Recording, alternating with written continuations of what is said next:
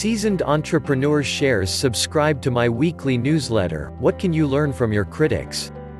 I started a digital agency over 15 years ago, and selling it was not anywhere near the forefront of my brain. In fact, I was bringing in very little revenue, which made the prospect of selling my company down the road even more unlikely. Hello and thanks for checking out my video. In today's video I am going to be talking about subscribe to my weekly newsletter. What can you learn from your critics? My name is Richard Murphy and I am from New Zealand, so for now just sit back, relax and enjoy the video.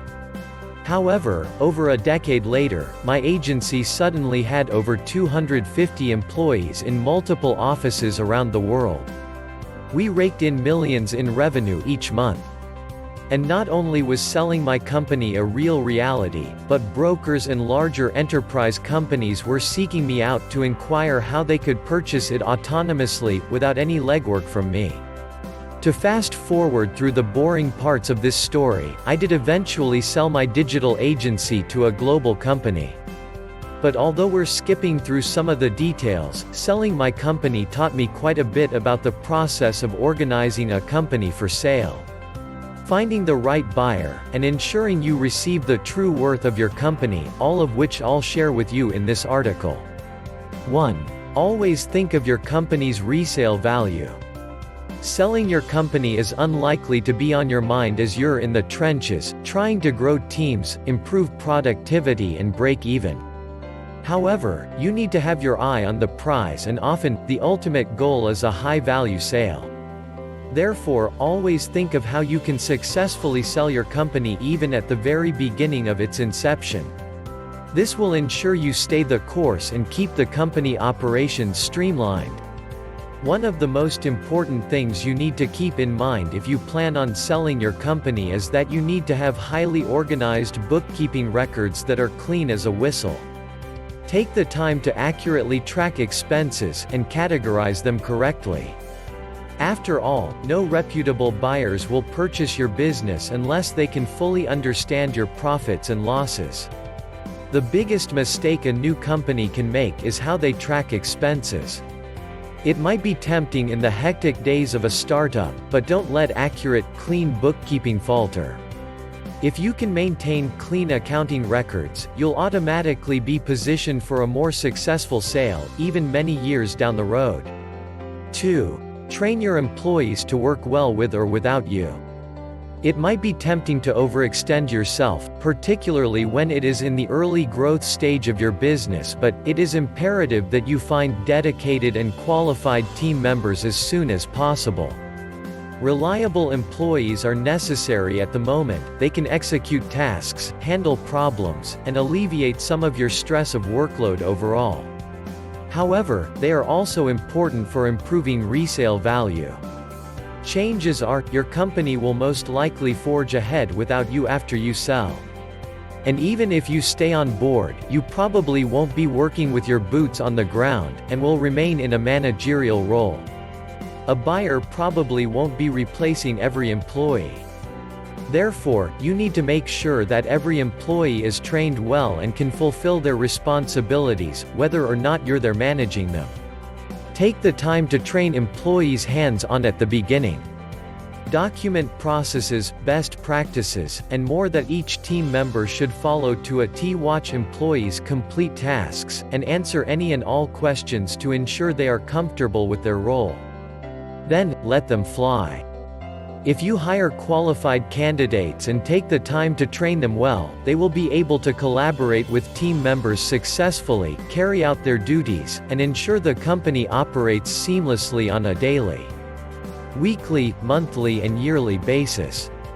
This type of employee organization is particularly appealing to potential buyers because it will alleviate the training they will have to do after the acquisition and make any employee changes down the road easier to manage. 3. Learn how to know when you can sell your business. Once you decide that you would eventually like to sell your company, you then need to figure out when you should sell. For instance, what market indicators should you look for? Do you need to make a certain amount of profit?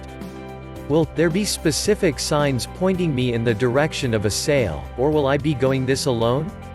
All of those items are important in some way or another, but to be honest, the most crucial ways you can evaluate your business are through profits and revenue. Steady growth in these areas, whether or not you're breaking even or bringing home a positive cash flow, will signify a successful business model, products and services. Once your company is demonstrating consistent month-over-month revenue growth, you'll know that it's a good time to sell.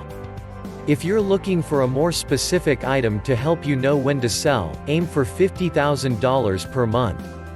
This amount, which equals $600,000 per year in revenue, generally showcases a successfully growing micro-sized business which a serious buyer would be interested in.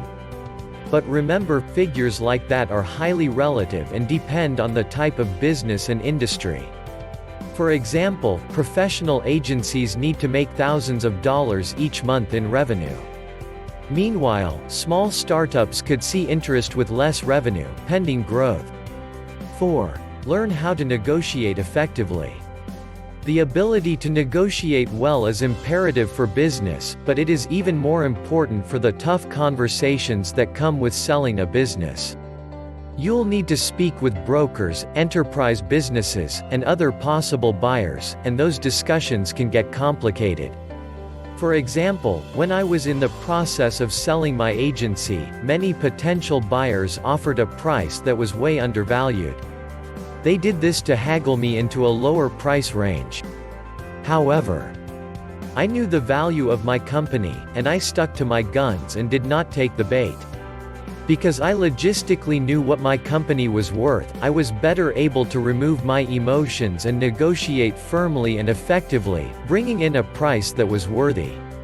Pro tip: many businesses sell for anywhere from 5 to 10 times EBITDA. This measures the profit margins for companies.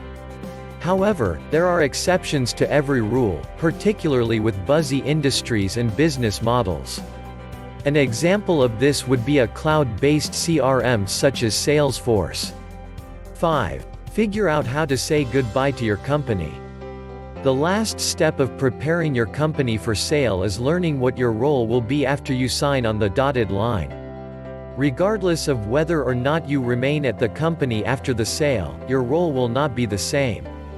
If this is the decision you and the new owners have come to, take the time to learn exactly what your new responsibilities will look like and reconcile the differences. If you decide to leave the company completely after the sale, which I do recommend, you still need to learn how to say a more final goodbye to your brainchild before you head off on a new adventure. It is important to note that selling a business can be very emotional, even if it is what you truly want to do. After all, it can be difficult to turn off the special connection you might feel with the company you worked so hard to get off the ground. If this is the case with you, I recommend reminding yourself of all the objectives you achieved, such as certain growth indicators, revenue achievements, and even the simple fact that you are selling your company. Relish in your feats, prepare yourself for a change in power, then take some time off to rest and brainstorm your next entrepreneurial idea. Even if you're not selling, operate like you are. All in all, the process of successfully selling a company is different for every business owner. Industries may go through ebbs and flows, business models may succeed and wane. Ultimately, the selling tactics that worked for me might not for another business, particularly depending on the type of company and the current market. But luckily, by following the steps below, you'll be sure to cultivate a highly organized business that operates smoothly and efficiently. #track profits and losses, and keep organized books. #train employees to work efficiently without you. #understand when might be a good time to sell. #learn how to negotiate well. #learn how to say goodbye to your company. And those elements will be the key to discovering the best buyer who can take your brand to an even higher level of success. In the business world, every one of us wants to succeed, both socially and financially, in our chosen business endeavors. Most people, however, believe this can only happen if they figure out how to crush the competition. Ironically, this will only bring them temporary success. I do not own a business, not a restaurant, toy store or car dealership. But if I did, I would know how to succeed at it in the long run, long after I am deceased. What's true of lasting success in business is true in all areas of life: religious, political, social, mental and physical life. Every person who has ever wanted to succeed at something, long term, should stop trying to crush their competition and remember these words instead. Not only is it important to include critics of a particular point of view, but it's also unforgivable not to. Anything else is propaganda, not science or scholarship. More pragmatically, we learn as much from critics, perhaps more, than we do from advocates. I continuously apply these words of wisdom to my life because I have learned over the past few years that without them, anything I succeed in this world will never last. It will disappear in the sands of time, and no one in any future generation will remember me or any of my temporary achievements. The ability to negotiate well is imperative for business, but it is even more important for the tough conversations that come with selling a business. You'll need to speak with brokers, enterprise businesses, and other possible buyers, and those discussions can get complicated. For example, when I was in the process of selling my agency, many potential buyers offered a price that was way undervalued. They did this to haggle me into a lower price range. However, I knew the value of my company, and I stuck to my guns and did not take the bait.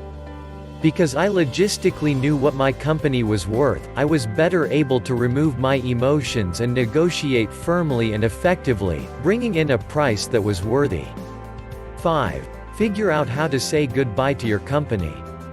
The last step of preparing your company for sale is learning what your role will be after you sign on the dotted line.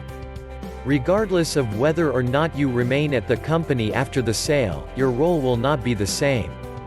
If this is the decision you and the new owners have come to, take the time to learn exactly what your new responsibilities will look like and reconcile the differences. If you decide to leave the company completely after the sale, which I do recommend, you still need to learn how to say a more final goodbye to your brainchild before you head off on a new adventure. It is important to note that selling a business can be very emotional, even if it is what you truly want to do. After all, it can be difficult to turn off the special connection you might feel with the company you worked so hard to get off the ground. If this is the case with you, I recommend reminding yourself of all the objectives you achieved, such as certain growth indicators, revenue achievements, and even the simple fact that you are selling your company. Relish in your feats, prepare yourself for a change in power, then take some time off to rest and brainstorm your next entrepreneurial idea. Even if you're not selling, operate like you are. All in all, the process of successfully selling a company is different for every business owner. Industries may go through ebbs and flows, business models may succeed and wane. Ultimately, the selling tactics that worked for me might not for another business, particularly depending on the type of company and the current market. But luckily, by following the steps below, you'll be sure to cultivate a highly organized business that operates smoothly and efficiently.